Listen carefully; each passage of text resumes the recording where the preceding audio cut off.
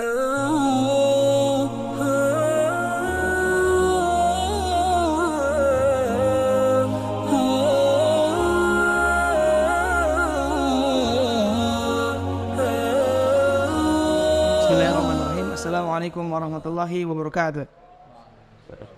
Alhamdulillahi ala ihsanih wa syukru lahu ala taufiqihi wa amtinanih. Asyhadu an la ilaha illallah wahdahu la syarikalah ta'ziman li sya'nih.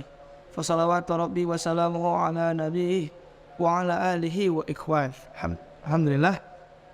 Rekan-rekan sekalian, teman-teman berbagai, insyaallah pada kesempatan kali ini kita akan melanjutkan pembahasan kita tentang serial Tarikh Tafsir, yaitu serial sejarah tafsir. Pada pertemuan sebelumnya kita telah membahas tentang sejarah perkembangan dan juga realitas tafsir pada zaman Nabi SAW. Tapi teman-teman sekalian, judul ini kita bagi menjadi dua bagian. Pada bagian pertama adalah realitas tafsir pada zaman Nabi SAW yang telah kita bahas pada pekan lalu.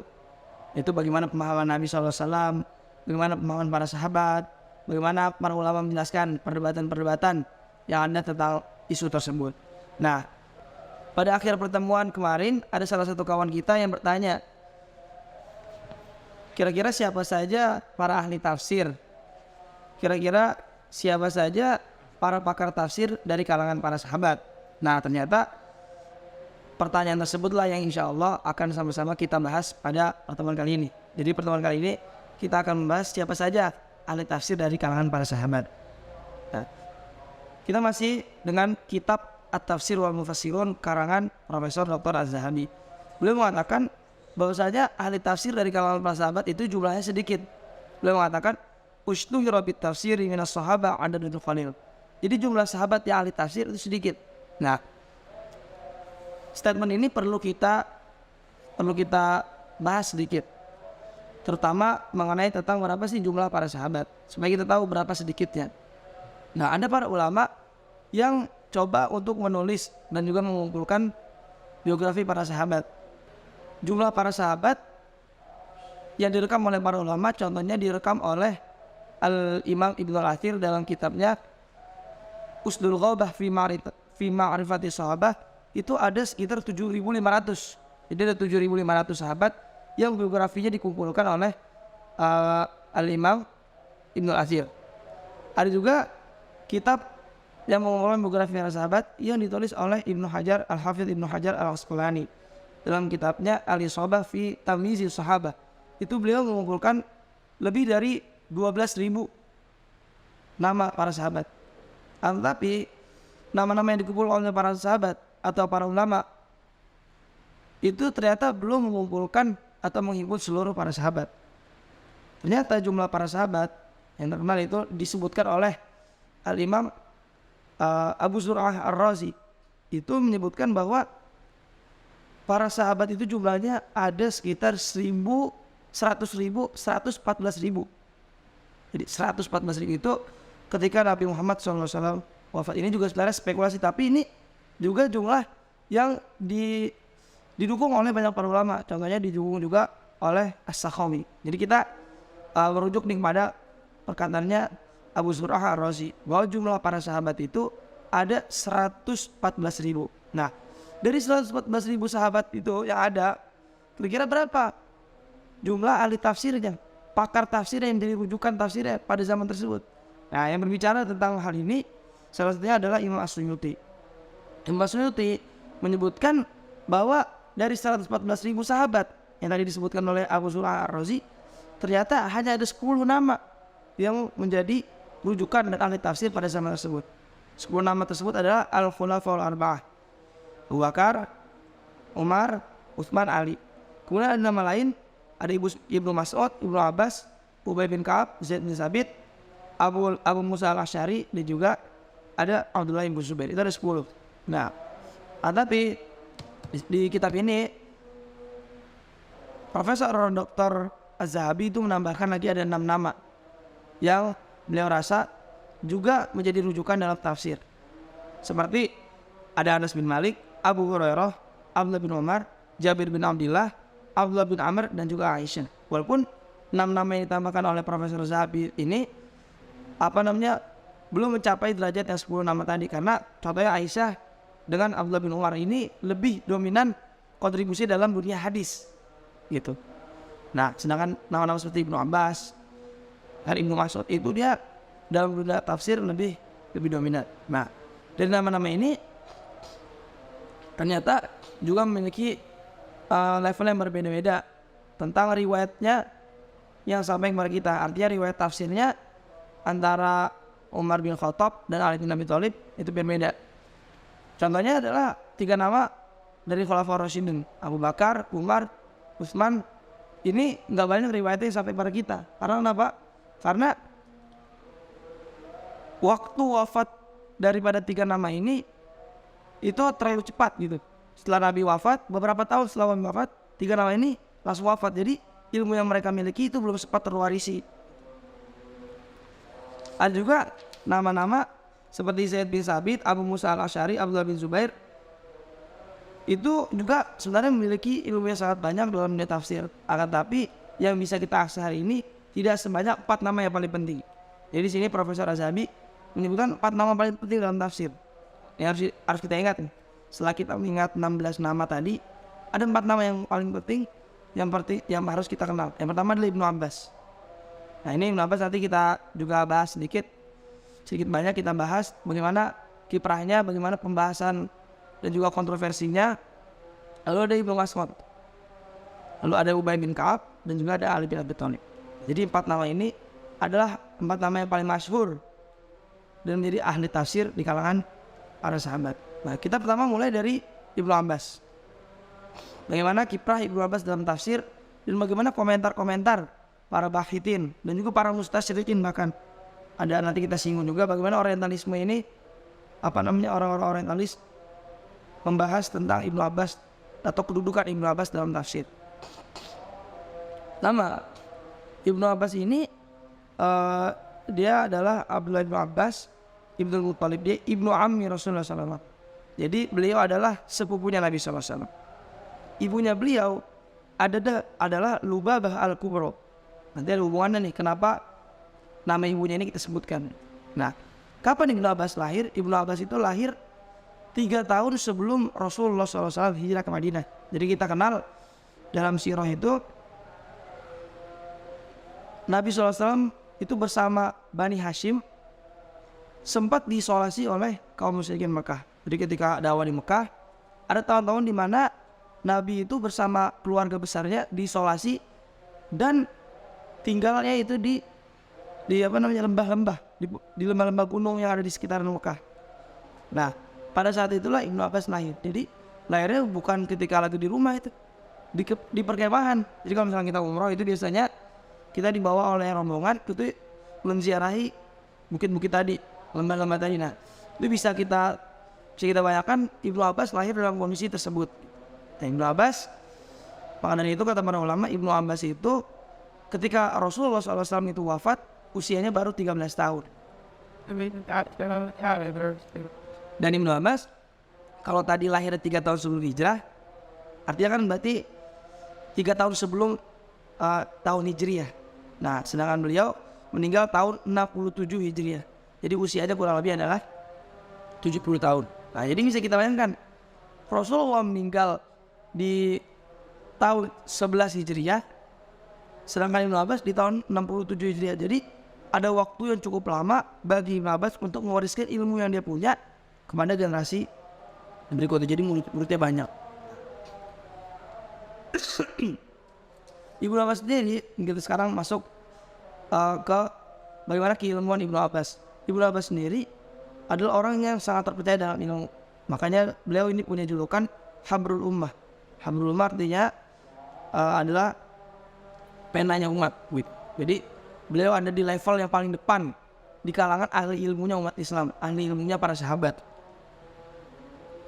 Yang salah satu kisah yang menunjukkan bahwa Ibnu Abbas ini memiliki keilmuan yang sangat dalam adalah riwayat dari Imam Bukhari yang sama-sama sudah kita bahas pada pertemuan berikutnya.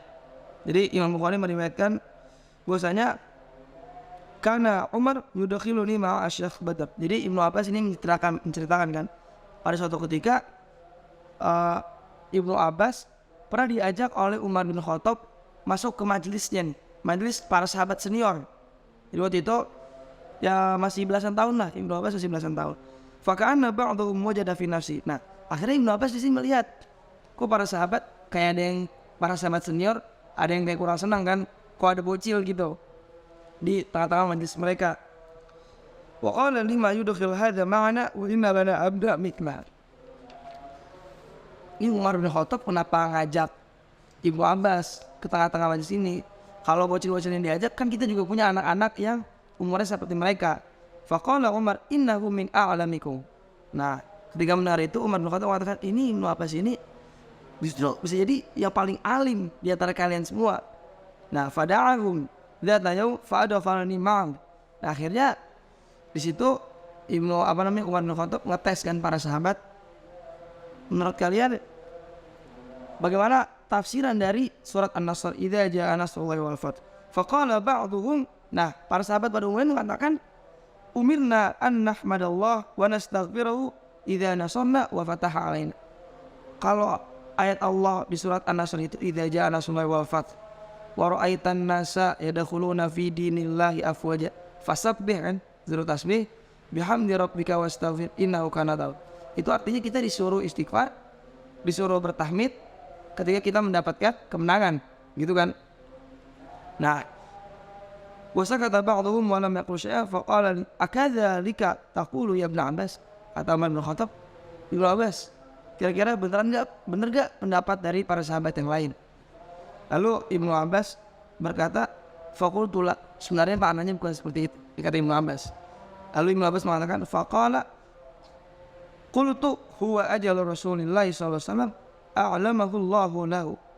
Itu sebenarnya adalah ajal Rasulullah SAW yang itu adalah kode dari Allah Subhanahu wa taala untuk Rasulullah SAW.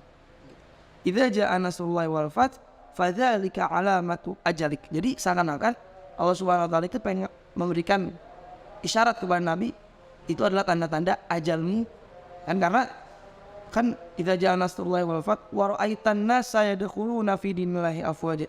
Manusia telah berbondong-bondong masuk. Nah, jadi kalau misalnya kita buka sirah pada tahun-tahun ke-8 Hijriah, 9 Hijriah itu yang masuk Islam itu bukan satu orang dua orang, tapi dia wafd. Wafd itu satu kabilah. Satu kabilah biasanya pembesar kabilahnya datang ke Nabi SAW, wahai Nabi, saya ini pembesar kabilah fulan ingin masuk Islam, tolong ajari saya. Nanti dia yang mengajarkan masyarakatnya. Nah, jadi inilah makna dari afwaja itu. Nah, ternyata ini adalah tanda-tanda ajal Rasulullah. Nah, ini kurang lebih membuktikan bahwa memang Ibnu Abbas itu memiliki kuatu faham wajah udatul fikr, punya kekuatan pemahaman dan juga memiliki kualitas yang sangat luar biasa dalam berpikir. Ikan. Satu lagi dah yang akan menunjukkan bagaimana kemapanan Ibnu Abbas dalam ilmu. Ini juga bisa kita temukan di dalam Muqaddimah Tafsir Ibnu Katsir. Jadi pada satu tahun Ibnu Abbas ini pernah diberikan mandat oleh Ali bin Abi Thalib ketika Ali bin Abi Thalib ini berkuasa itu untuk menjadi khatib di musim haji.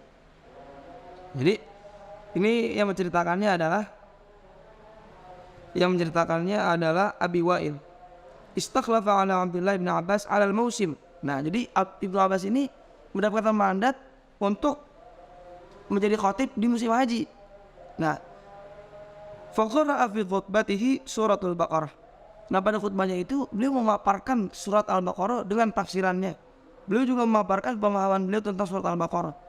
Dan ini menurut Abi Wa'il membuat para jamaah, para kaum muslimin itu sangat takjub dengan apa yang dia paparkan. Artinya gini, para sahabat sering mendengarkan tafsiran surat Al-Baqarah dari para sahabat lainnya gitu.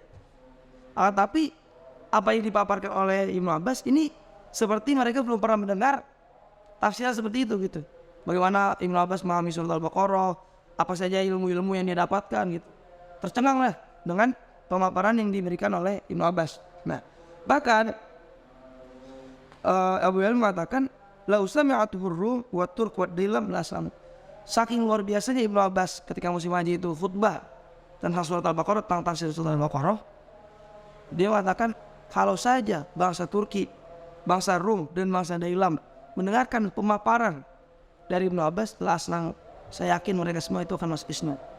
Saya hebatnya pemaparan dari Ibnu Abbas itu, cara berpikir dia, cara menyampaikan dia. Nah, jadi tadi lagi-lagi menunjukkan kepada kita kelapanan ilmu dari seorang Ibnu Abbas. Nah, ternyata di sini Profesor Az-Zahabi juga menjelaskan apa saja faktor-faktor yang menjadikan Ibnu Abbas itu unggul dari ulama atau dari para sahabat pada umumnya, terutama dalam tafsir. Nah, faktor yang pertama adalah doa Nabi SAW. Kita tahu doa seorang Nabi itu pasti dijawab oleh Allah SWT. Dalam riwayat Nabi SAW itu mendoakan Ibnu Abbas, Allahumma faqihhu fiddin wa alimhu ta'wil. Ya Allah, pahamkanlah Ibnu Abbas itu tentang agama dan juga pahamkanlah dia tentang ta'wil. Sekitar ketika ta'wil ini adalah tafsir. Dalam riwayat lain, Allah SWT, Nabi SAW juga mendoakan Ibnu Abbas dengan Allahumma alimul kitab wal hikmah. Ya Allah, pahamkanlah, berikanlah ilmu kepada Ibnu Abbas tentang Al-Quran dan juga hikmah. Hikmah bisa dimaknai dengan hadis-hadis Nabi SAW, bisa juga dimaknai dengan satu kebijaksanaan. Jadi doa Nabi SAW ini memberikan keberkahan tersendiri bagi Ibnu Abbas. Yang pertama, teman-teman sekalian, lalu faktor yang kedua adalah nasy'atuhu fi baitin nubuwah. Ternyata Ibnu Abbas ini juga sempat tinggal di rumahnya Nabi SAW. Tadi kita udah katakan bahwa ibunya Ibnu Abbas ini adalah Lubabah al-Kubra. Dan Lubabah al-Kubra ini adalah saudara kandung dari Maimunah istri Nabi SAW. Jadi khalahnya Ibnu Abbas. Khalahnya Ibnu Abbas adalah Maimunah, itu istrinya Nabi. Nah, dalam Islam seperti yang dijelaskan oleh Nabi SAW, hadis riwayat Imam Bukhari, al-khalatu bimanzilatil Kata Nabi, pada asalnya khalah itu bibi, saudara kandung ibu itu, dia derajat itu hampir sama banget kayak ibu. Makanya kita juga hari ini kalau apalagi di budaya Minang, antara ibu kita kalau punya saudara perempuan itu juga emang harus dekat banget. Dan ternyata ini landasannya juga dari hadis Nabi SAW. Nah, jadi wajar ketika Ibnu Abbas itu tinggal di rumah Nabi SAW. Beliau mendengarkan ya nasihat-nasihat Nabi. Beliau juga diasuh oleh Nabi SAW. Jadi apa yang Ibnu Abbas dengar, bahkan dari umur tamis, usia-usia tamis, dia belum balik, dia udah mendengarkan nasihat-nasihat dari dari Nabi SAW. Bahkan yang hadis, contohnya hadis ketika ya gulam itu kan, ya ihfazillah yahfazka, kan hadis dari Ibnu Abbas ketika Ibnu Abbas masih bocah kan. Nah, itu juga salah satu ilmu yang dapatkan Ibnu Abbas dari Nabi SAW berkat Ibnu Abbas itu tinggal di rumah bibinya tadi, rumah istri Nabi SAW. Ini adalah faktor yang kedua.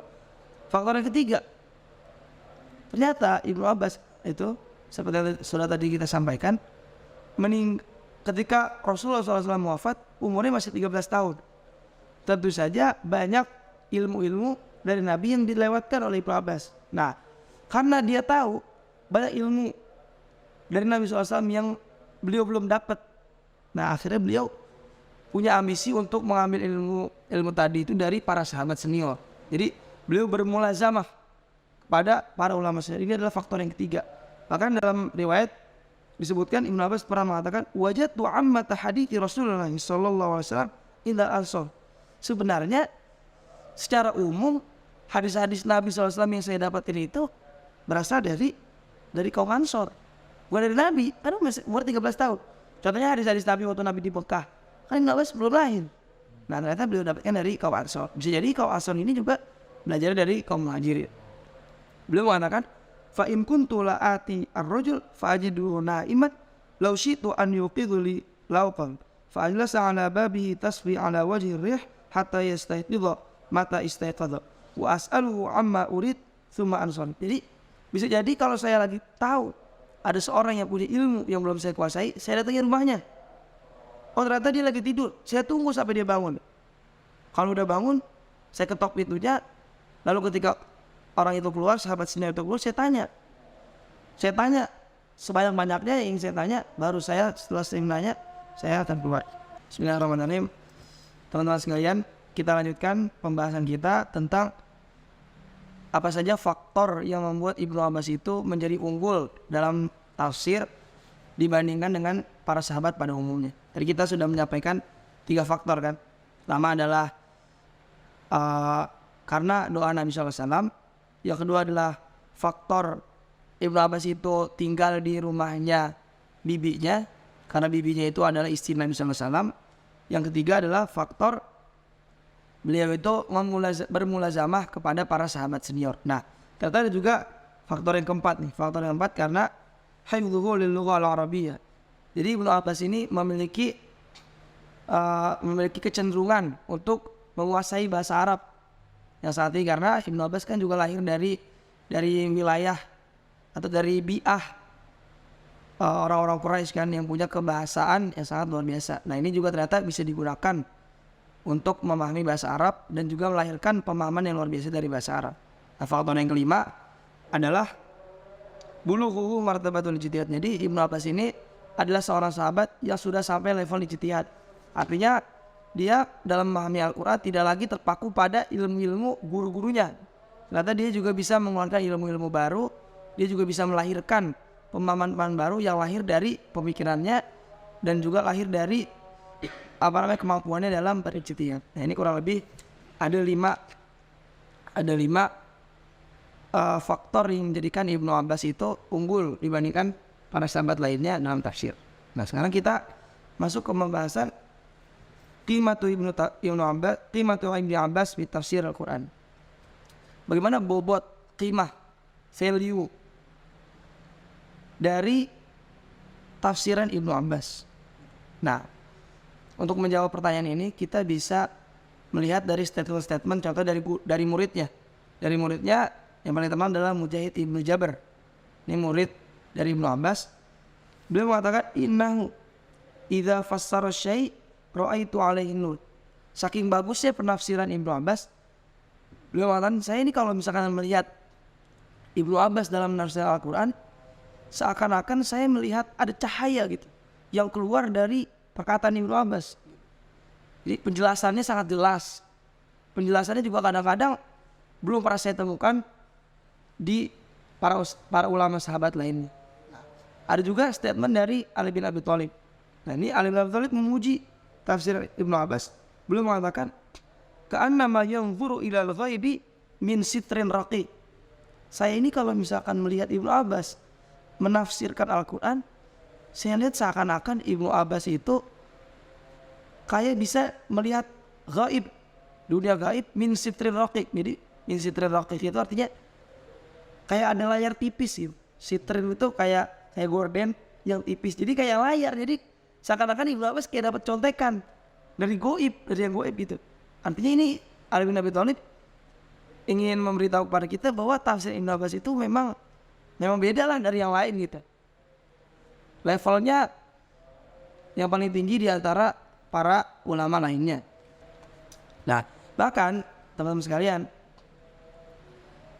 kalau kita baca di tafsir atau di Al-Burhan fi Ulumil Quran karyanya Az-Zarkashi, itu beliau mengatakan bahwa qaulu Ibnu Abbas muqaddam ala qauli ghairihi minas sahabah inda ta'arudi ma ja'a anhu fit tafsir. Jadi ketika ada satu penafsiran Al-Quran, satu ayat ditafsirkan oleh banyak sahabat, kemudian para sahabat berbeda-beda pendapat, ada banyak pendapat dan terjadi kontradiksi. Nah, menurut Imam Az-Zarkashi yang harus didahulukan itu adalah pendapat Ibnu Abbas. Syaratnya sanad kepada Ibnu Abbas itu harus sahih dulu. Jangan sampai nanti sanadnya adalah palsu, karena kita temukan dalam tafsir banyak sanad-sanad palsu yang mengincar Nabi Ibnu Abbas. Karena kita tahu Ibnu Abbas kalau dalam menafsir Al-Quran itu penafsiran paling hebat lah.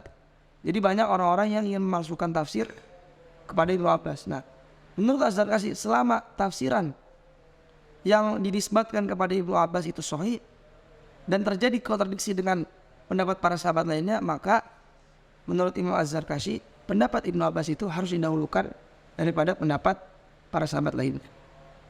Gitu. Nah, ternyata teman-teman sekalian, Ibnu Abbas itu ketika Nabi Muhammad SAW itu wafat, para sahabat itu kan memencar kan, berpencar. Ada yang ke Irak, ada yang ke Syam. Nah, sedangkan Ibnu Abbas ini adalah seorang sahabat yang memilih kota Mekah untuk menjadi mukim, tempat bermukimnya. Nah, di sinilah nanti dia mendirikan madrasah tafsir.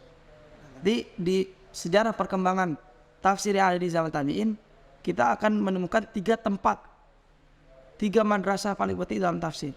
Nah, Ibnu Abbas adalah orang yang mendirikan madrasah tafsir di Mekah.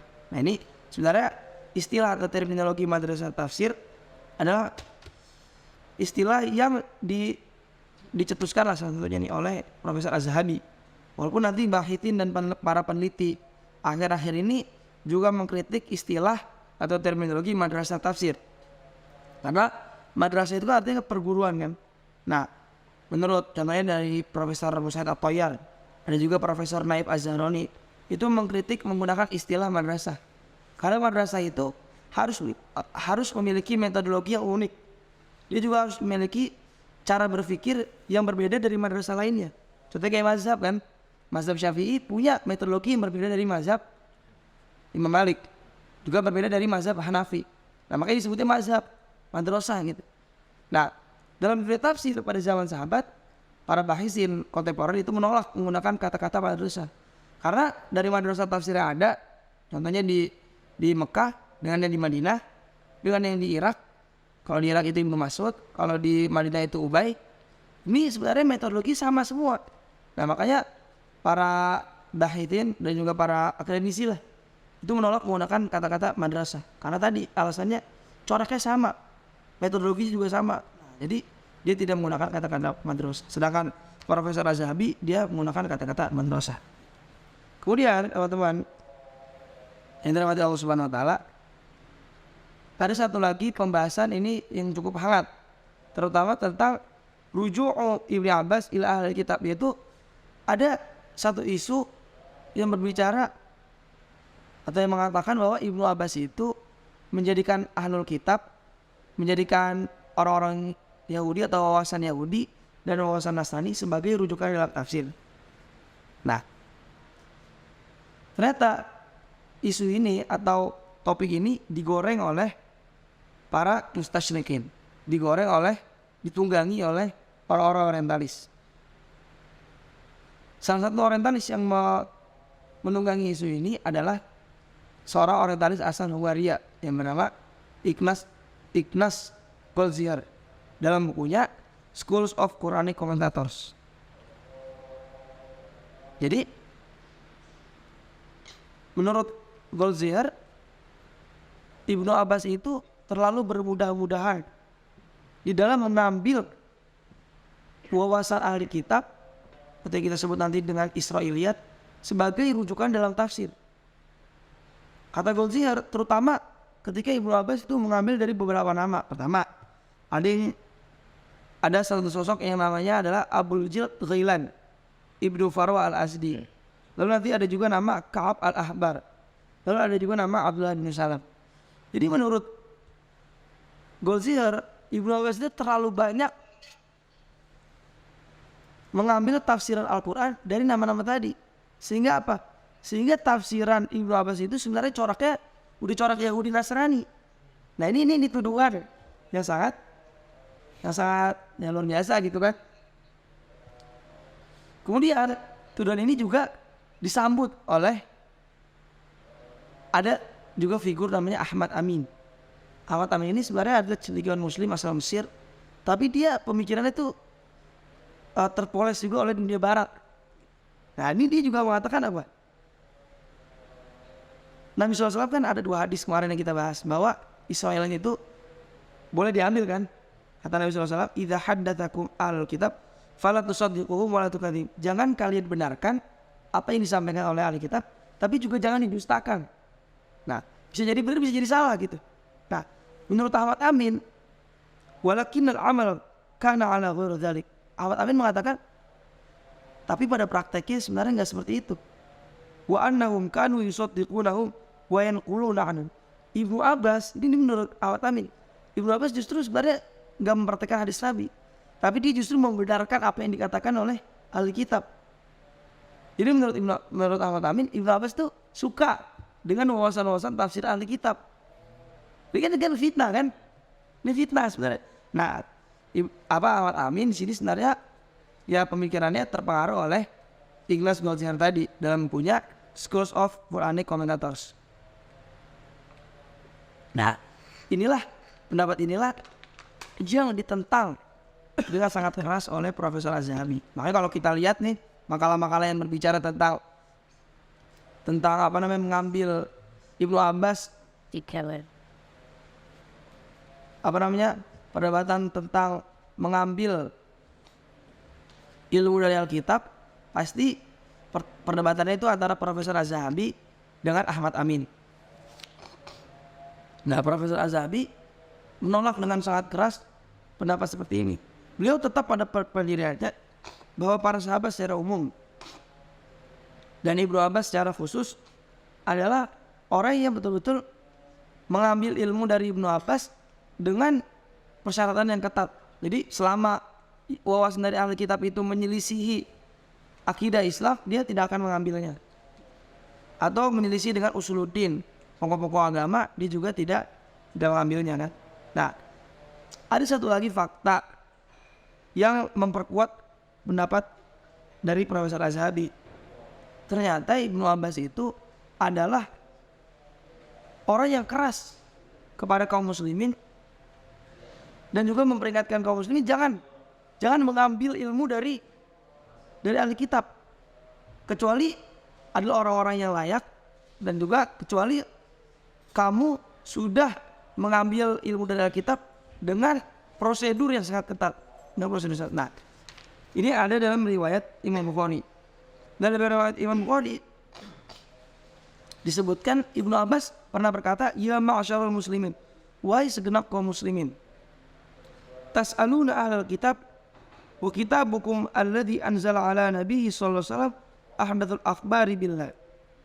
Jadi, wahai kaum muslimin, apakah engkau tega, apakah engkau ridho mengambil ilmu dari ahli kitab, sedangkan kitab kamu Al-Quran itu adalah kabar yang paling update, kabar yang paling baru yang datangnya dari Allah Subhanahu wa taala. Anna al-kitab badalu ma kataballah wa ghayyaru bi aydihim faqalu hadza min indillahi liyashdaru bi thamanan qalila. Sedangkan Alkitab itu kan kalian tahu, mereka hobinya apa? Hobinya merubah-rubah ayat Allah, hobinya menukar-nukar apa yang Allah turunkan, dan berkata hadza min indillah. Dengan dusta mereka mengatakan ini dari Allah, dan mereka menjual ayat-ayat Allah dengan harga yang sangat murah, gitu kan. Nah, jadi dari statement Ibnu Abbas ini, menurut Profesor Az-Zahabi dan juga para ulama lainnya, itu justru Ibnu Abbas itu keras sikapnya di dalam mengambil ilmu dari ahli kitab. Sedangkan tuduhan dari Goldsher tadi dan juga yang disambut oleh Ahmad Amin, Ibnu Abbas kan disebut sebagai apa? Sebagai orang yang bermudah-mudahan mengambil ilmu dari ahli kitab, sehingga dikatakan apa? Tafsir Ibnu Abbas itu coraknya udah corak Yahudi, udah corak Nasrani. Gitu. Ini kenapa sih yang diserang itu Ibnu Abbas? Karena kan kita tahu Ibnu Abbas itu kan levelnya paling depan kan. Jadi kalau Ibnu Abbas sejauh wibawanya sudah dihancurkan, Ibnu Abbas keilmuannya sudah dihancurkan, ya, nah yang bawah-bawahnya udah gampang. Nah, ternyata ahli ilmu seperti Profesor Az-Zahabi itulah yang membuat kita semua tenang kan. Mereka menolak dengan sangat keras bahwa ternyata Ibnu Abbas itu pada faktanya adalah orang yang keras dan orang yang sangat berhati-hati mengambil ilmu dari ahli kitab. Nah, sekarang teman-teman, kita akan satu lagi nih, kita akan bahas tentang Ibnu Abbas. Yaitu ada beberapa riwayat atau jalur sanad tafsir yang sampai kepada Ibnu Abbas yang paling terkenal. Di sini Profesor Az-Zahabi menyebutkan setidak-tidaknya ada 9 jalur. Ada 9 jalur tafsir, bukan jalur hadis ya, bukan jalur sanad hadis, tapi jalur sanad tafsir yang sampai kepada Ibnu Abbas. Dan kita akan bahas satu saja. Nah, satu riwayat tafsir yang paling terkenal yang sampai kepada Ibnu Abbas, dan ini paling sahih, adalah riwayat gampang.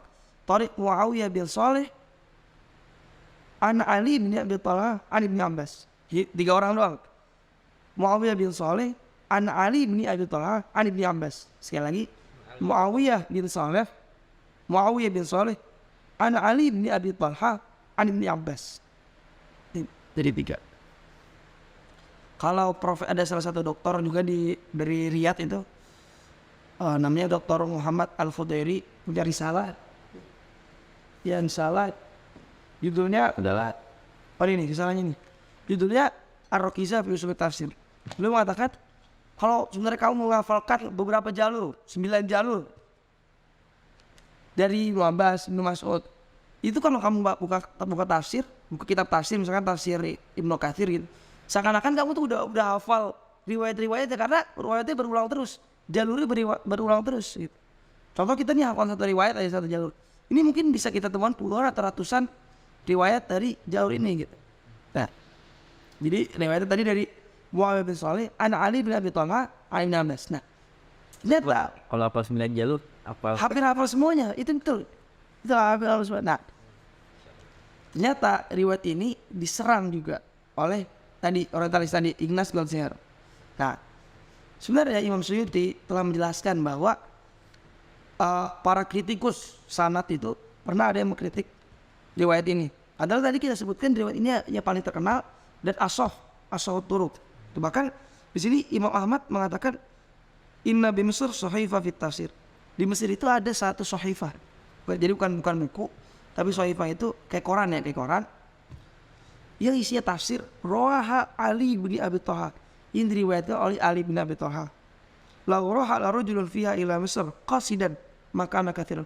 Kalau ada seorang dia datang ke Mesir untuk ngincer koran ini yang isinya adalah riwayat tafsir, dia itu masih belum apa-apanya lah dibanding apa yang dia dapat. Nah, ada juga perkataan dari Ibnu Hajar Al-Asqalani mengatakan wahadi nuskhah kanat inda Abi Shalih. Jadi naskah ini sebenarnya awalnya ada di tangan Abi Shalih Katibul Laits, seorang tukang catatnya Al-Laits, salah satu ulama juga yang menjadi muridnya Imam Syafi'i. Rawaha an Muawiyah bin Shalih, ini yang diriwayatkan dari Muawiyah bin Shalih tadi, ya kan? An Ali bin Abi Thalhah, dari Ali bin Abi Thalhah, dari Ibnu Abbas. Nah, wa hiya indal Bukhari an Abi Shalih. Nah, ini juga riwayat yang digunakan oleh Imam Bukhari. Kita tahu dalam metodologi hadis, Imam Bukhari itu yang paling ketat, terutama dalam Sahih Bukhari itu paling ketat. Dan riwayat yang tadi kita sebutkan Muawiyah bin Shalih an Ali bin Abi Thalhah an Abbas, itu adalah riwayat atau jalur yang paling benar dah, paling kredibel. Nah, Imam Suyuti mengatakan ini ada juga yang sempat menyerang juga riwayat ini. Nah, ternyata serangan ini walaupun sudah dikenal oleh Imam Suyuti, kembali digoreng lagi, kembali ditunggangi lagi oleh Ignaz Goldziher tadi. Dia mengatakan apa? Bi anna dzalika rajul Ali bin Abi Thalhah lam yasma' at-tafsir mubasyarah min Ibnu Abbas. Jadi menurut dia kan tadi dari siapa? Dari Muawiyah bin Shalih an Ali bin Abi Thalhah. Nah, Ali bin Abi Thalhah kan an Ibnu Abbas. Menurut Goldziher, Ali bin Abi Thalhah ini tidak mendengar dari Ibnu Abbas. Ya kan? Artinya kalau tidak mendengar, kan terputus nih. Ini harusnya riwayatnya jelek. Kenapa kamu semua ini bilang jalurnya bagus gitu? Ini kritikan dari Ignaz Goldziher. Jadi kata dia, Ali bin Abi Thalhah ini dalam tafsir sebenarnya nggak mendengar langsung, dia nggak pernah ngambil ilmu langsung dari Ibnu Abbas gitu. Nah, ternyata ada beberapa ulama yang sudah menjelaskan perkara ini.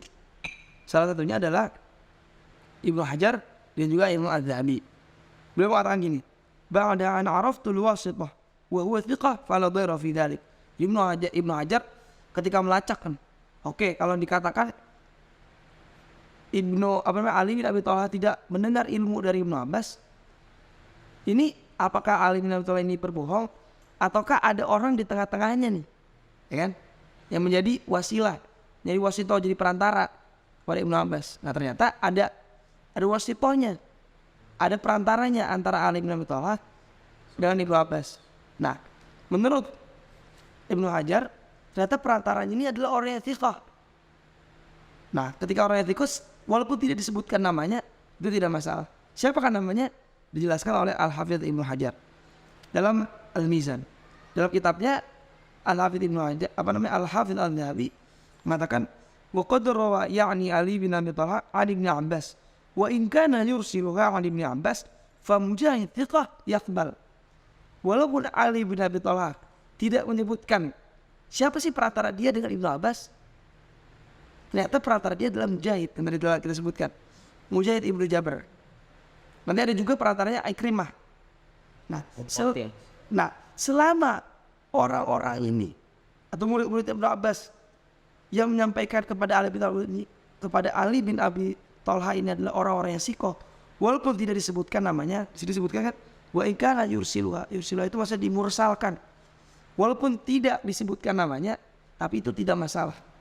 Karena kan dia nggak menyebutkan namanya, tapi kita tahu nama-nama murid Ibnu Abbas siapa aja. Tadi seperti Mujahid Ibnu Jabr, Arju Ikrimah. Ini maka tidak masalah. Nah, makanya dengan penjelasan seperti ini, kita telah mematahkan tuduhan dari Ikhlas Batsyah tadi.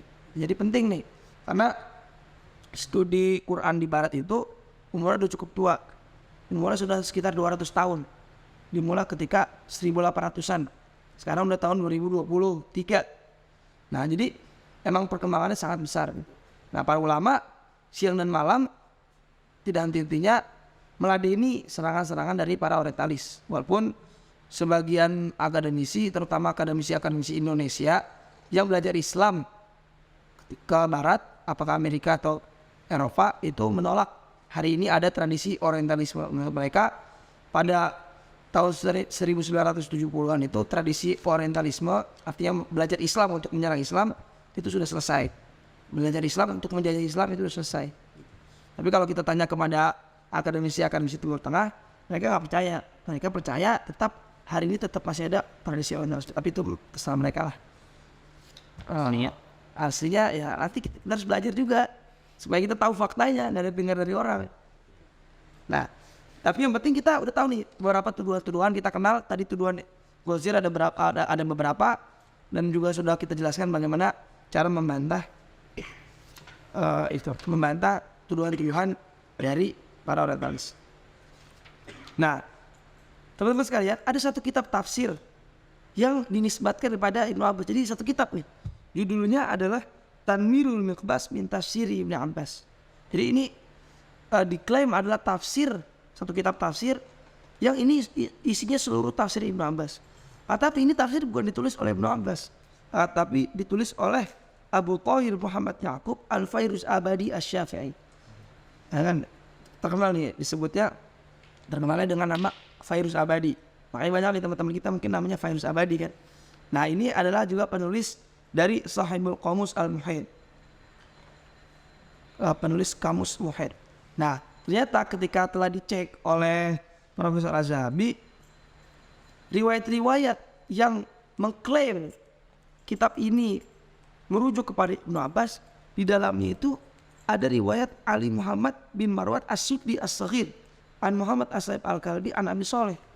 Ternyata riwayat tadi dikomentari oleh Imam Suyuti, fa in dhamma ila dzalika ay tariq Al-Kalbi riwayat Muhammad bin Marwan As-Suddi As-Saghir fa hiya silsilatul kadhib. Ternyata riwayat tadi yang ada dalam kitab Tanwirul Miqbas min Tafsir Ibnu Abbas adalah riwayat yang dusta. Jadi walaupun hari ini kita lihat nih di toko-toko buku ada satu tafsir Ibnu Abbas, itu ternyata ketika dicek oleh para peneliti, dicek oleh Profesor Az-Zahabi, dia tidak bisa dipercaya lah. Ini bukan bukan riwayat yang sahih lah kepada Ibnu Abbas. Tapi menurut Az-Zahabi, nggak apa-apa, baca aja. Itu ada ilmunya. Tapi itu bukan dari Ibnu Abbas, itu aja. Itu jadi wawasan buat kita, tapi itu bukan dari Ibnu Abbas. Nah, ini adalah profil dan juga kedudukan Ibnu Abbas dalam tafsir. Sebenarnya ada 3 lagi yang kita bahas. Atau ada Ibnu Mas'ud, ada juga nanti ada Ali bin Abi Thalib dan juga Ubay. Tapi kita mungkin bahas 2 lagi, dah Ibnu Mas'ud dan juga Ubay secara singkat aja. Nah, tadi kita udah belajar tentang Ibnu Abbas. Madrasahnya di mana tadi? Di Mekah kan. Nanti murid-murid dari generasi tabi'in yang dari Mekah itu semua murid Ibnu Abbas. Nah, sekarang kita masuk ke Ibnu Mas'ud. Ibnu Mas'ud ketika Rasulullah SAW wafat, beliau itu perginya ke Irak. Siapa yang mengutus beliau? Yang mengutus beliau itu adalah Umar bin Khattab. Dan ya, kita juga punya salah satu kitab itu bagaimana pergerakan tafsir Al-Quran di Irak. Nah, salah satu yang jadi guru besarnya itu adalah Ibnu Abbas karena Umar bin Khattab. Jadi Umar bin Khattab ini yang membuka beberapa kota di Irak. Jadi sebelumnya belum ada kota, tapi Umar bin Khattab lah yang membuka. Waktu itu dia mengutus ada sahabat namanya Al-Mazini. Nah, jadi riwayatnya Umar bin Khattab memberikan surat kepada ahli Kufah. Di kota Kufah. Kota Kufah adalah salah satu kota di Irak. Beliau mengatakan, "Inni qad ba'athu Ammar bin Yasir amirat." Saya mengutus Ammar bin Yasir sebagai amir. Amir adalah ya wali kota lah. Wali kota. Wa Abdullah bin Mas'ud mu'alliman wa waziran. Sedangkan menterinya Abdullah bin Mas'ud. Selain menteri karena Ibnu Mas'ud punya pengetahuan tentang tafsir, tentang ilmu yang sangat luar biasa, dia juga saya utus sebagai guru besar. Nah, nanti di Irak akan banyak lahir ulama-ulama dari kalangan tadi. Salah satunya adalah Qatadah As-Sadusi. Qatadah As-Sadusi adalah ulama yang lahir di Irak. Ulama tabi'in, ulama besar dalam tafsir yang dia nanti lahirnya dari tangannya Ibnu Mas'ud. Gitu. Nah, Ibnu Mas'ud dia adalah orang yang gimana ya? Pengetahuan tafsirnya luar biasa dah. Sampai-sampai dia berani mengatakan seperti ini. Ma nazalat ayatun min kitabillah. Tidaklah ada satu ayat di Al-Quran illa kecuali wa ana a'lamu fima anzalat. Fima unzilat wa aina nazalat. Jadi tidaklah ada satu ayat kecuali saya ini tahu ayat ini tentang apa, ayat ini kapan turunnya, ayat ini untuk siapa turunnya. Sampai beliau mengatakan, walau a'lamu makana ahadin a'lam bi kitabillahi minni tanaluhul matoya la taitu. Kalau saya tahu ada yang lebih tahu tentang ayat Al-Quran daripada saya, langsung saya datangnya. Jadi Ibnu Mas'ud ini memang orang yang paling terkenal bahwa dia tahu tuh seluk beluk ayat Al-Quran, untuk siapa turunnya, jadi asbabun nuzulnya, isinya, kandungannya.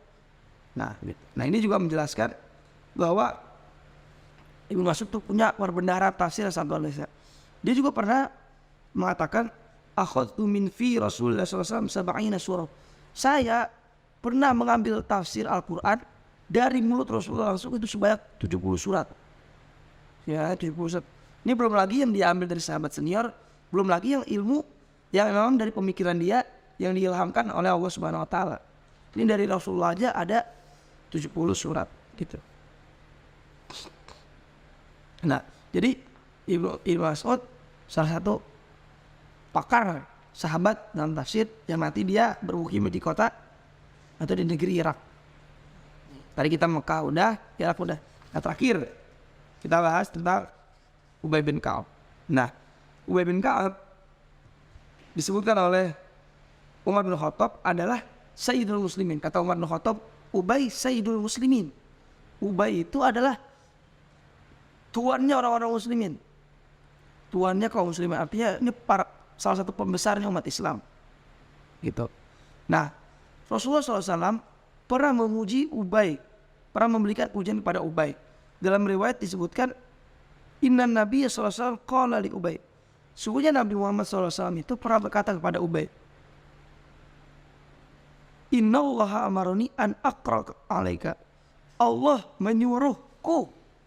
Jika kata Nabi SAW, Allah pernah menyuruhku untuk membaca satu surat kepadamu. An aqra alaika, surat lam yakunil ladina kafaru, surat Al-Bayyinah. Lalu Ubay bergemetar gitu, gemeteran Ubay. Ubay mengatakan, Allahu sammanilak, apakah Allah Subhanahu wa taala menyebut namaku kepadamu? Artinya Nabi mengatakan, Allah menyuruhku untuk membacakan surat kepadamu. Ubay bilang, beneran Allah menyebut nama Ubay kepadamu wahai Rasulullah? Kata Nabi SAW, na'am. Iya. Lalu apa yang dilakukan oleh Ubay? Faja'ala Ubay, dia beki. Lalu Ubay nangis. Nangis, wajar nggak Ubay nangis?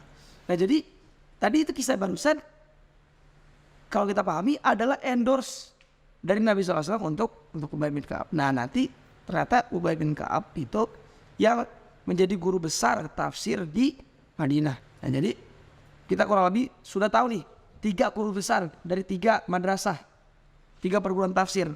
Kalau di Mekah itu ada Ibnu Abbas, nanti dengan muridnya tuh Mujahid Ibnu Jabar, ada Ikrimah. Tadi juga Ibnu Mas'ud itu di Irak, ada juga Ubay di, sebenarnya kalau di Madinah itu selain Ubay ada nanti ada Zaid bin Sabit. Kenapa kita jelaskan ini? Karena nanti ini mempengaruhi pembahasan kita tentang perkembangan tafsir yang ada pada zaman tabi'in. Karena kan nanti para sahabat ini melahirkan ulama-ulama tabi'in. Nanti ini jadi estafetnya berlanjut tuh, ulama tabi'in ke atba tabi'in. Sampai kapan? Sampai kita hari ini gitu. Yang mudah-mudahan ini kita melanjutkan estafet tafsir nanti ke generasi berikutnya insyaallah. Nah tadi udah 3 tuh. Nah sekarang tinggal 2 poin lagi pembahasan kita pada malam hari ini insyaallah. Pertama, bagaimana qimatut tafsir al-makthur oleh sahabat. Bagaimana qimah itu artinya apa ya kalau bahasa Indonesianya? Value-nya lah, bagaimana sih harganya satu tafsiran yang riwayat dari para sahabat, yang bersumber dari sahabat. Nah, Imam Al-Hakim dalam kitab Al-Mustadrak menyebutkan bahwa tafsir yang ma'thur, tafsir yang ada riwayatnya kepada para sahabat itu lahu hukmul marfu'. Ini yang belajar hadis dia tahu. Lahu hukmul marfu' artinya dia kedudukannya sama seperti hadis Nabi. Jadi ini pendapat dari Al-Hakim. Jadi secara mutlak Al-Hakim mengatakan riwayat tafsir yang ada riwayatnya, sanadnya sampai pada para sahabat, dia kedudukannya sama seperti hadis Nabi.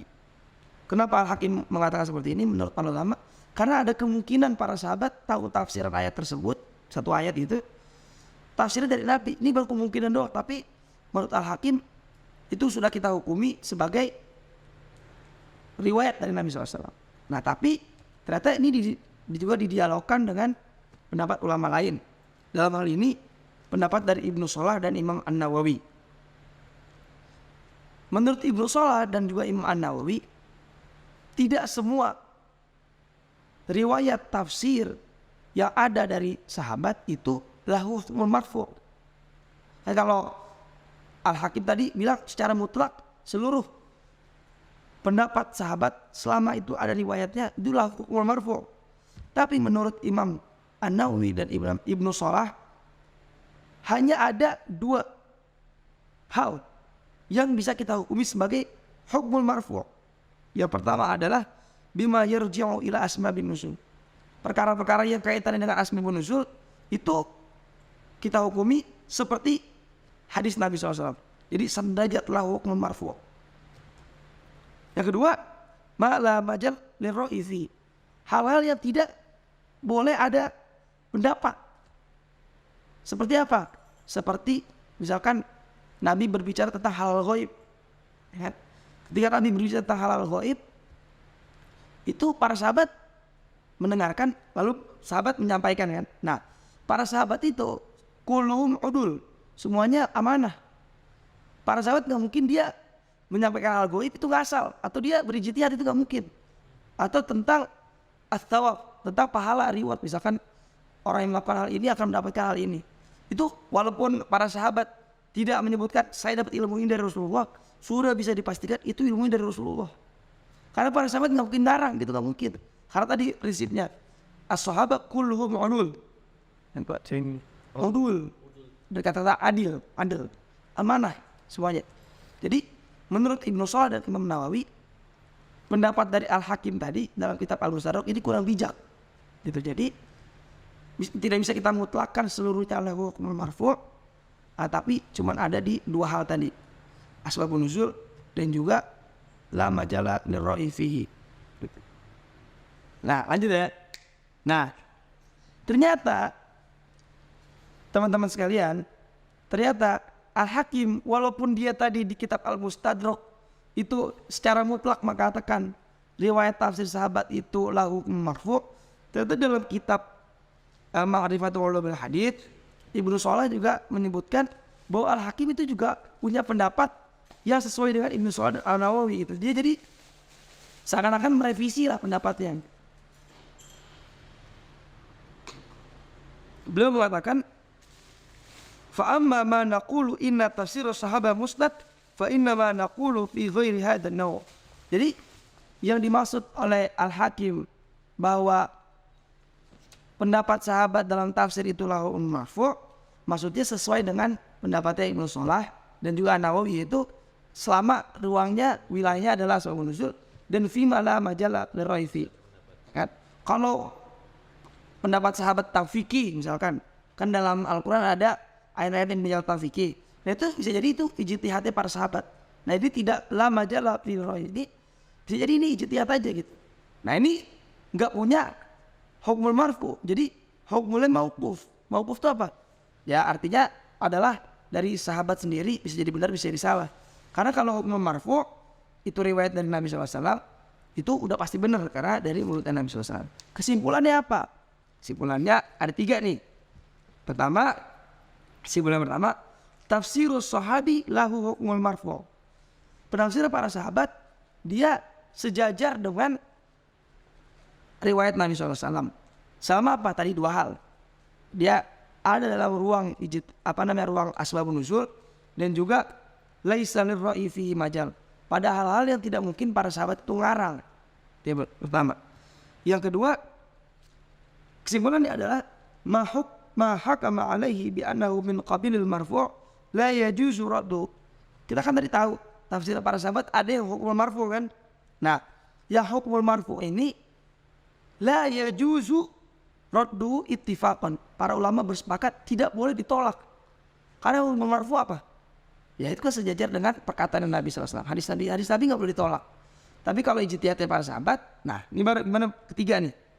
Kesimpulan ketiga, ma hakama alaihi bil waqf takhtalifu fihi anzar ulama. Nah, sedangkan selain yang 2 hal tadi, artinya ini yang emang dari sahabat, artinya yang emang ini para sahabat berijtihad, itu para ulama berbeda pendapat.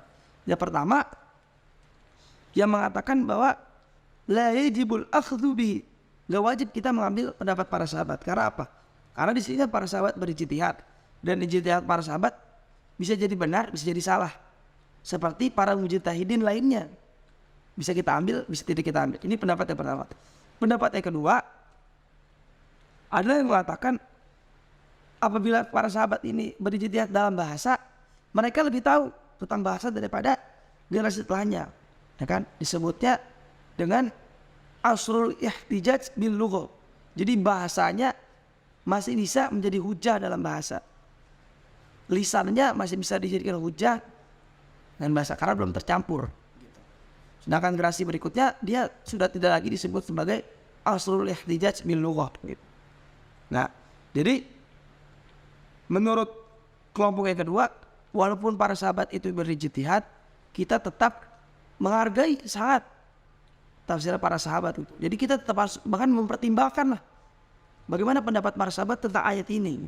Nah, ini juga yang disebutkan oleh Ibnu Katsir dalam muqaddimahnya. Jadi dalam tafsir Ibnu Katsir, sebelum Ibnu Katsir menafsirkan surat Al-Fatihah sampai surat An-Nas, beliau memberikan muqaddimah dulu. Bagaimana cara menafsir Al-Quran. Mungkin insya Allah nanti kita mungkin bisa juga membuat satu majelis tafsir yang isinya membahas muqaddimah tafsir Ibnu Katsir. Walaupun muqaddimah tafsir Ibnu Katsir ini adalah ilmu yang beliau ambil dari gurunya, yaitu Syekhul Islam Ibnu Taimiyah.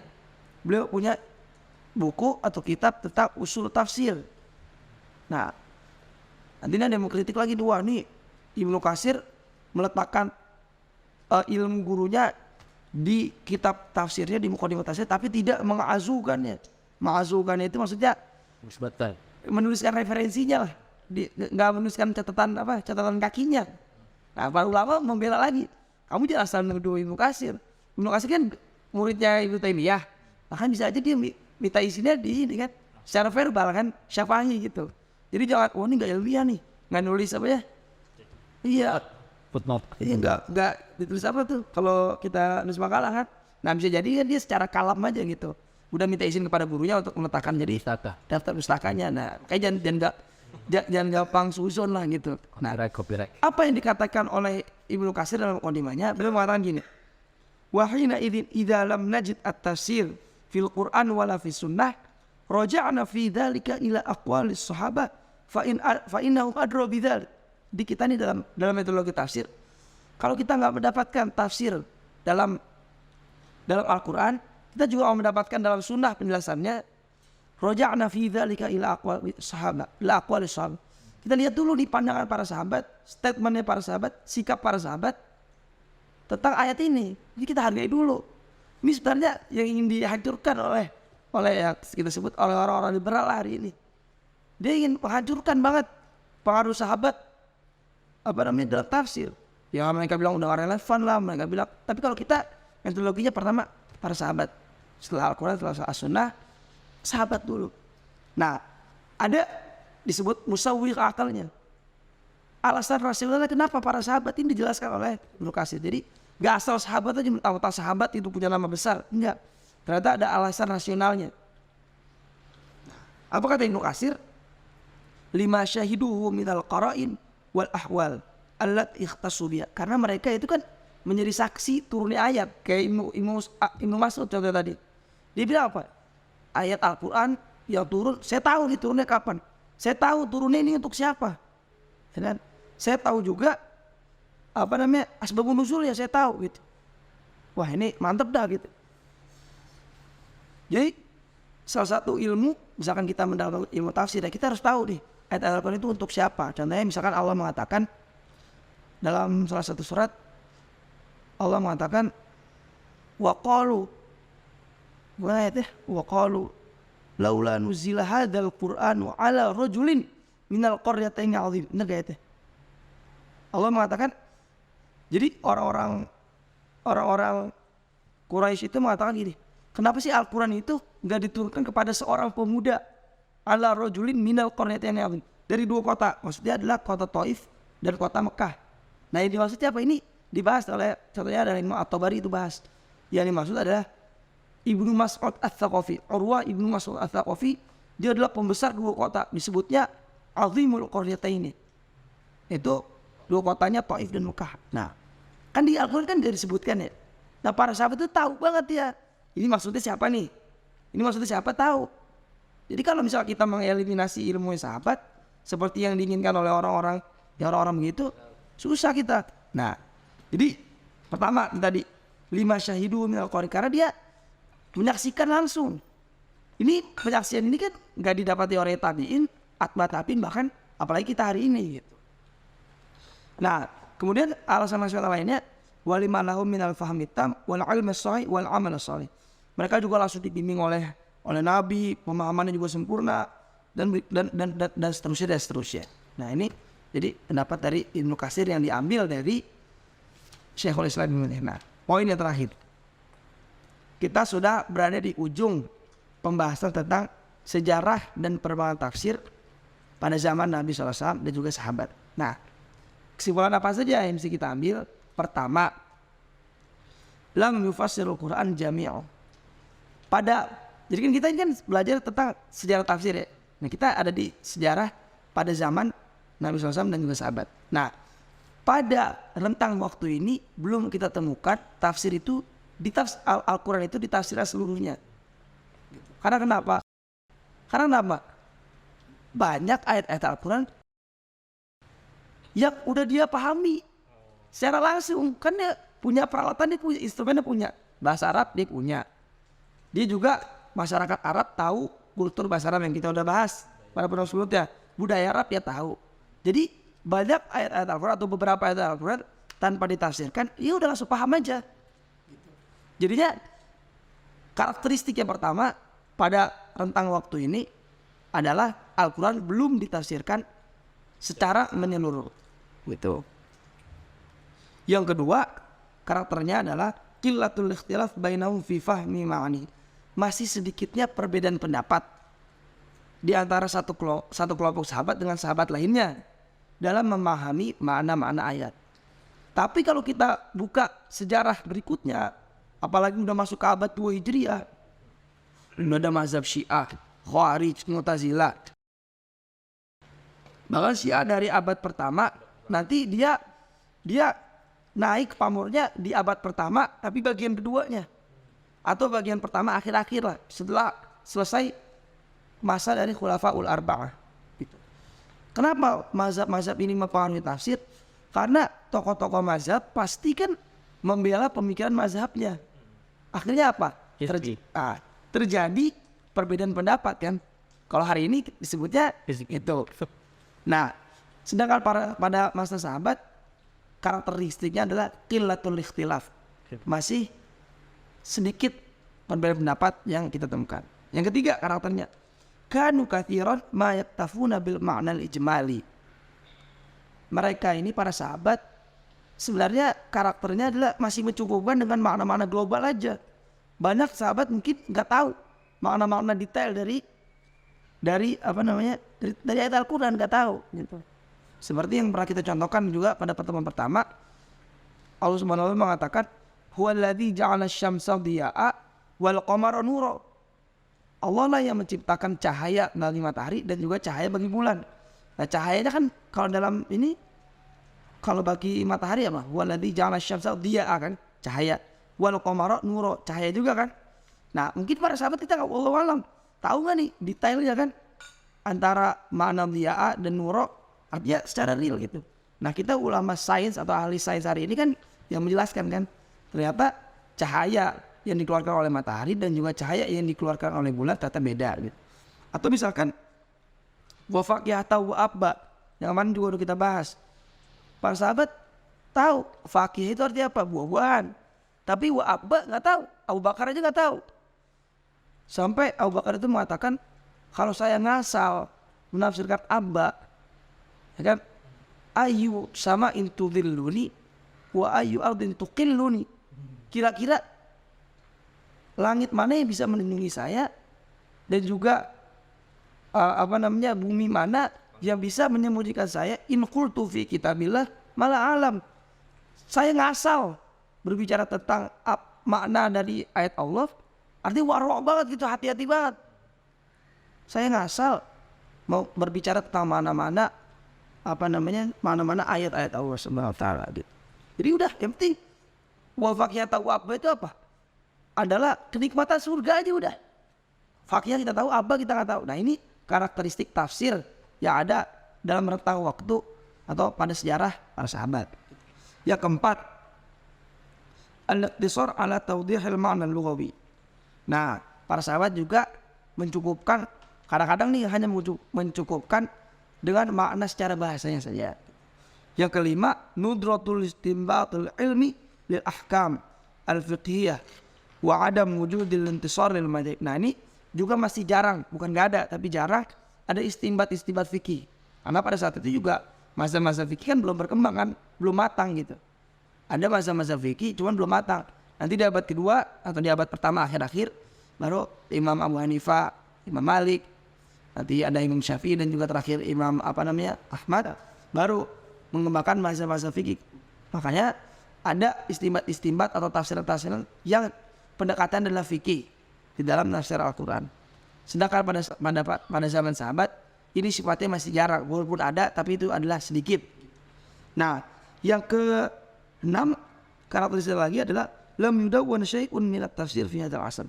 Belum ada kodifikasi, belum ada pembukuan dalam tafsir pada era ini. Nanti kita bahas lagi, insya Allah tuh di abad ketiga Hijriah baru secara matang ada kodifikasi dalam bidang tafsir Al-Quran. Nah, yang terakhir, karakteristik tafsir yang ada pada masa para sahabat adalah ittikhadhu tafsir fi hadhil marhalah syaklul hadith. Jadi sebenarnya pengambilan ilmu tentang tafsir pada era ini sebenarnya masih mengikuti syaklul hadith, masih mengikuti seperti majelis hadis saja. Jadi ada ada majelis hadis nih. Majelis hadis itu kan isinya adalah menurunkan riwayat-riwayat tafsir dari Nabi, ya kan, hadis Nabi. Nanti ada hadis-hadis tentang tafsir. Nah, Nabi kan ilmunya ada tentang adab, tentang misalkan tentang haji, tentang sholat. Nanti ada juga ilmu tentang tafsir dari Nabi. Jadi ilmu tafsir yang diriwayatkan pada masa ini sebenarnya masih mengikuti corak periwayatan ilmu hadis. Makanya nanti di abad kedua Hijriah sebelum ada kodifikasi utuh tafsir itu kita temukan itu dalam kitab-kitab hadis. Misalkan contohnya Sahih Bukhari itu ada dalam kitab hadisnya Kitabut Tafsir. nanti Jadi bab tersendiri. bab tersendiri gitu. Nah ternyata ini juga yang ada pada masa sahabat. Nah jadi kurang lebih tadi tuh ada 7 karakteristik tafsir pada masa sahabat. Nah kurang lebih itu saja. Mudah-mudahan ada manfaatnya, mudah-mudahan berkah, bisa disebarkan juga boleh. Allahumma musta'an. Assalamualaikum warahmatullahi